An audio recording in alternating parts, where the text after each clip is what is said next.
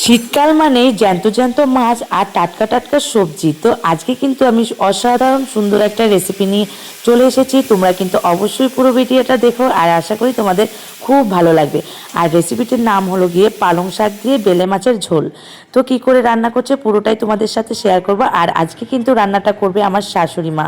আর মা কিন্তু প্রথমেই একটা কড়াইতে সুন্দর করে তেল দিয়ে মাছগুলো ভেজে নিয়েছে। আর তার পাশে কিন্তু আমি সবজিগুলো কেটে সুন্দর করে ধুয়ে রেখেছি। আর এখানে কি কি সবজি লাগছে, মূলো, আলু, বেগুন আর সিম। আর তার সাথে লাগছে কিছুটা পালং শাক। আর একটা কড়াইয়ের মধ্যে কিছুটা তেল গরম করে দিয়ে দিল পেঁয়াজ ফোড়ন। পেঁয়াজ ফোড়ন দিয়ে পেঁয়াজটা হালকা লাল লাল হয়ে আসা পর্যন্ত একটু নেড়ে চেড়ে ভেজে নেবে। তারপরে কিন্তু কিছুটা দিয়ে দেবে সেই সবজিগুলো। তো দেখো মা যে রান্না করছে সেটাও তোমাদের সাথে একটু দেখালাম। মা কিন্তু হেভি সুন্দর রান্না করে এই রান্নাটা, তার জন্য আজকে মা রান্না করছে।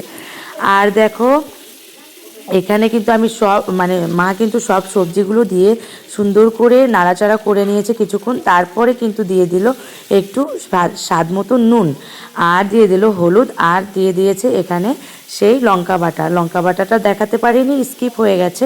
আর এখানে বাটা মশলা বলতে শুধু লঙ্কা বাটা আর লাগবে পেঁয়াজ বাটা।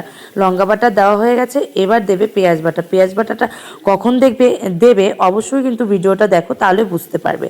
তো এখানে কিন্তু ওই সবজিগুলো মানে আলু, বেগুন, সিম এবং মূলো কষানো হয়ে যাওয়ার পরে দিয়ে দিল তোমার পালং শাক। পালং শাক দিয়ে কিছুক্ষণ নাড়াচাড়া করে দেখো আমি নাড়াচাড়া করছে। তারপরে দেখো আমি বাটিতে কিন্তু দেখাচ্ছি, এখানটায় ছিল পেঁয়াজ বাটা। আগে কিন্তু লঙ্কা বাটা দিয়ে এগুলো মানে সবজিগুলো সুন্দর করে কষানো হয়ে গেছে। তো কষানো হয়ে যাওয়ার পরে মা কিন্তু এখন দিয়ে দেবে কিছুটা ঝোল। তো দেখো ঝোলটাও দিয়ে দিয়েছে। এটা কিন্তু পরিমাণ মতোই দেবে ঝোলটা, যাতে সবজিটার সাথে মানে মানে খেতে একটা মানে ভালো একটা টেস্টে আসে, সেই বুঝেই ঝোলটা দিতে হবে। আর সেদ্ধ হওয়ার ব্যাপারও আছে।